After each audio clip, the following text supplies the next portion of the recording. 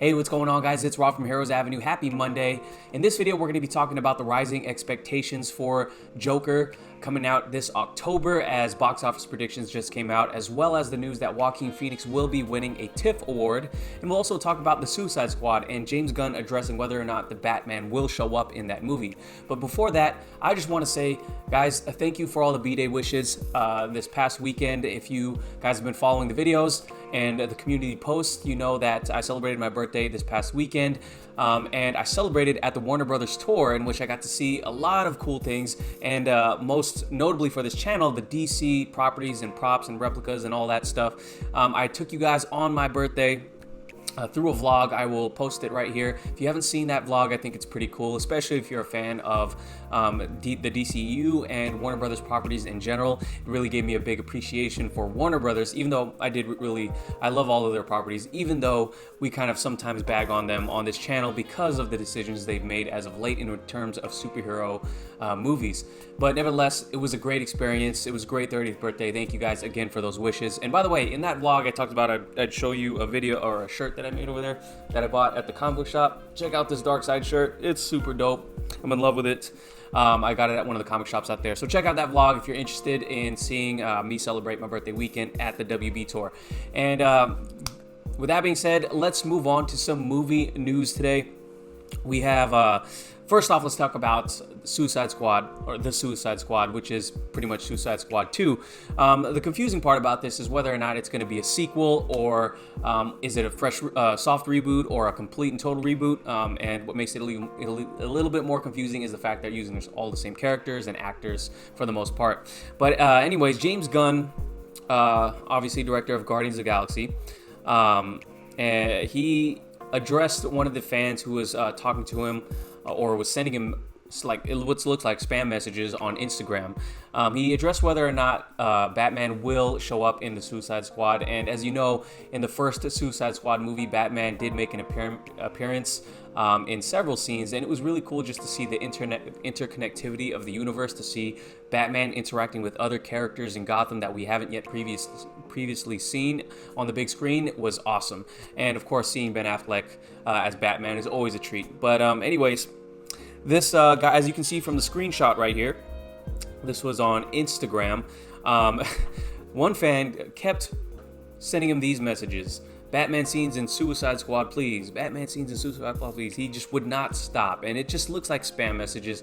And the funny thing is fans will do that. You know, we have people who've commented in, even in here, just like on YouTube, and I see it on other people's channels as well. Just like their expectations, they're throwing them at the creatives, and it's just, you got to let them do their own movie, man. So here's what James Gunn had to say. You can check out Batman in #The Batman, June 2021. #The Suicide Squad will feature mostly, the Suicide Squad. And I thought that was a perfect answer. And it while he wasn't incredibly harsh to this guy, whereas sometimes I might have lose patience if I was him, especially because you got fans doing that to him, times 1,000 in his comment sections probably. You gotta let him do his work. And I thought this was a great response, because it just highlights the fact that, hey, this movie is about this group of characters, and if you want Batman, go watch the Batman movie. And again, he's not being incredibly harsh, and don't get me wrong, it would be incredible to see the Batman in this next Suicide Squad movie. I'd love that. I'd absolutely love that. But again, it's about what the story calls for. And in regards to the Suicide Squad 2, we still don't know a lot about the movie itself. We don't know a lot about the plot. There were rumors that it's going to take place in the Middle East. I'm not sure if that's true. There were rumors that at one point they were going to be looking and searching for the tomb of Black Adam. That's probably not true. I'm not sure. But I just really like this response. I thought it was funny, but also kind of classy at the same time. The fact that he even responded to this guy who just wouldn't stop spamming him with messages about that. So at the end of the day, I would hope that fans go into the movie, judge the movie by the merits of the movie itself, whether or not it was great, it was well directed, and not by the director and his past actions, and and whether or not your expectations were met, your own expectations. So that's what I would hope people go into movies for. So let me know what you guys thought about that. Let me know if you guys really do wish Batman would show up in this movie, and if it's necessary that he shows up in this movie. Otherwise, just let me know what you think about this story. Let's move on to the next one, and has to do with the Joker and the rising expectations that this movie has. And maybe it's just me with the rising expectations, but I do feel like there are expectations that are rising, especially with all the stories coming out as of late. And let's first talk about the opening weekend box office for this movie. And I'm looking at an article from Cinema Blend. It says how much money Joker could make in its opening weekend. And it says here, Box Office Pro estimates that the R-rated Joker could make anywhere between 60 to 90 million on its opening weekend, considering that Joker was made of a mere $55 million budget, even accounting for marketing and other costs. Needless to say, that would be an excellent opening. And I've heard that from marketing costs, you kind of double what its budget was. Not sure exactly how true that is, but if that were the case, for the Joker to possibly make 90 million, 60, 90 million, to almost make its budget in the opening weekend, that's definitely a good thing. And it's really it's saying a lot for an R-rated movie, especially because R-rated movies until Deadpool came out and things like Logan, R-rated comic book movies were a big risk, but seeing this is definitely a good sign. It goes on to say, assuming Joker does fall within this range, it would outperform Shazam's opening weekend of 53.5 million earlier this year. There's even potential for Joker to surpass Aquaman's debut of 67.8 million late last year. However, the prospect of Joker exceeding Aquaman's total gross of 1.1 billion, making it the highest grossing DC movie ever, seems slim. Now, that is surprising for sure. Well, let's go off this first thing. Shazam. I absolutely love Shazam. Some of you guys didn't, especially if you're maybe an old school Captain Marvel fan, especially a fan of the TV shows and old school comics. They do change things, right? They went with the newer version, the New 52 version of Shazam and everything. So I loved it. That's what I was exposed to, and I thought that movie was going to do a lot better, and I thought it should have done a lot better given the quality of the storytelling that was in that movie, if you just take it based on the story that they presented itself.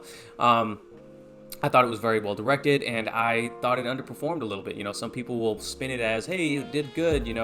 I don't think it did that good, even though I thought it was an excellent movie. Now, as far as Aquaman, I absolutely loved Aquaman as well, and I thought it, while it did, and we covered it on this channel, just the rise of Aquaman and how it hit $1 billion, and which is making Aquaman the once laughing stock of of Justice League in terms of popular culture. Not between us fans, we know how cool Aquaman is, but in popular culture, he was, one of the most made fun of characters. But he made $1 billion. But I do think it underperformed here in the U.S., and I'm not sure why. I loved Aquaman, though I got a lot of friends who didn't like the acting in it. I thought it was a great movie. For the most part, I did have some issues with it, but I thought it should have made more than 67.8 million. But for the Joker, we know that the Joker himself is super popular in our culture, especially that popularity of the character itself rose with the excellent performance by Heath Ledger, the late great Heath Ledger, and it's a lot to live up to. And this is why I say that this movie is the expectations are rising for sure. Not only because this box office predictions are predicting it to be actually really successful, but the fact that it's riding off the coattails of Heath Ledger and his dominant performance as that character, even outshining Christian Bale's Batman in the movie. It's just and the fact that Joaquin Phoenix, look at the way he transformed his body, look at the way this movie was presented. A lot of people will talk about how this movie is presented, and it's pretty much Oscar bait. For me, I don't think that's a big deal. With this movie itself, Warner Brothers wanted to do something, and Todd Phillips wanted to do something that other superhero and comic book movies can't do. They wanted to go places where they can't go, and they wanted to win these distinguished awards. You could see it from the first trailer. You could see it from Todd Phillips' comments about pitching a DC Black Label, the low-budget, quality movie that will allow the storyteller the freedom to go in dark places where you don't need incredibly high budgets or green screens. Just tell a fascinating, intriguing story. So that in itself, that's what it was promised. It was the fact that they're going for an Oscar here doesn't bother me in the slightest. Now, some of you guys will complain that the Oscars is a joke and that it's kind of biased towards the movies it wants to win, and that may be true, but I still don't think it's an issue, the fact that it is going for the prestige surrounding winning an Oscar. So I think it's cool. I'm really excited about this. So the Box Office Pro also forecasts that the Joker could end its domestic run with around 175 million. We'll have to wait and see what the estimates international numbers are, but the outlet notes that among things the movie has going for the Joker's popularity and positive early praise with an R-rated property. Kind of talked about that already. As far as competition goes, the only movie opening the same weekend as Joker is Lucy in the Sky, which stars Natalie Portman and Jon Hamm. And also the following week is Gemini Man, which is obviously starring Will Smith and directed by Ang Lee, who is no stranger to comic book properties. So Lucy in the Sky, I don't know much about that movie. I've heard about it. I read about it at one point, like a couple months ago. Don't know much about it. But as far as Gemini Man, I gotta say, I'm not too excited for Gemini Man. I know I love Will Smith as an actor and as a person. He's hilarious to follow on social media. But that Gemini Man movie, the trailers didn't get me in. Maybe it did for you. I know some people were excited about it, but not myself. I wasn't super excited about it. I'll maybe watch it if it gets really, really positive buzz and check it out myself. But I'm not incredibly excited about it. So I think Joker, this is my prediction. I think it's going to overperform. It may do better than exactly what they're predicting here, and it's going to definitely go towards that higher end of the prediction in the 90 million. So I think it may overperform. I'm excited to see at the prospect of it doing that. And let me know what you guys think. Where do you think it's going to land as far as box office prediction goes? And do you think it will have some trouble staying afloat with Gemini Man coming out the next week? Let me know what you thought about that in the comments below. But moving on, we're still talking about the Joker in terms of Joaquin Phoenix. Now, this is coming from Deadline. Joker star Joaquin Phoenix to receive Actor Award at Toronto Film Festival. So that's what I meant by TIFF award. So I'm going to go ahead and read a little bit of it. Toronto Film Festival co-heads Joanna Vicente and Cameron Bailey have set Joaquin Phoenix to receive a TIFF award, or a TIFF Tribute Actor Award, on Monday, September 9th at Fairmont Royal, New York. Fest previously designated Meryl Streep for the honor. Phoenix will be there for North American premiere of Todd Phillips' directed Warner Brothers film Joker, formative story about the iconic villain played memorably in Batman films by Jack Nicholson, Heath Ledger, and Jared Leto. Streep will be in Toronto there, blah, blah, blah, blah. So Phoenix's 35-year career has plenty of performances worth celebrating, including Master, Inherent Vice, Walk the Line, Gladiator, To Die For, and Her. He has been nominated for 3 Oscars. Displaying both raw instinct and consummate technical skill, Joaquin is the complete actor and one of the finest in contemporary cinema, says Bailey.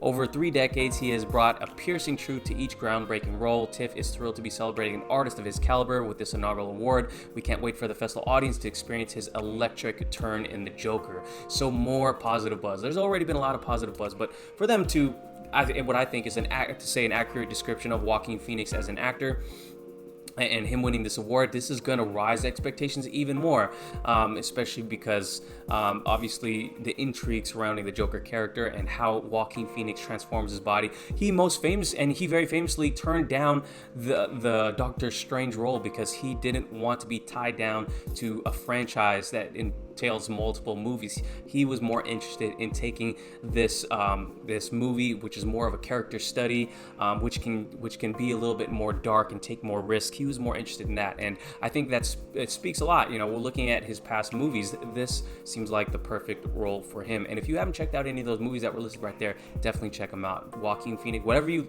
think about the movie, Joaquin Phoenix is outstanding in all of them. So check those out, and let me know what you guys think. Do you think the fact that he's winning all these awards raises the expectations for this movie as well? And let me know, does this at all change your opinion of the movie in any of the slightest? Now, are you going into the movie a little bit more excited, or are you still a little more reserved in when you walk into a movie? Now, I gotta say, when I walk into a movie, I tend to hold my expectations back as much as I can, come in with lowered expectations even, so that I can be surprised and actually come out with liking parts of the movie, even if I didn't like the movie as a whole. I like to find things I like in almost all movies. And this one, I can't help it though. I'm coming in super excited with huge expectations. Yeah, I kind of can't hold this one back. I'm super excited. It still remains my top movie for this year that I'm excited for. So let me know what you guys think about these two stories. Thank you guys for watching. Please give this video a like if you did enjoy it. Please subscribe to our channel if you haven't already. And I will catch you guys later this week. Peace.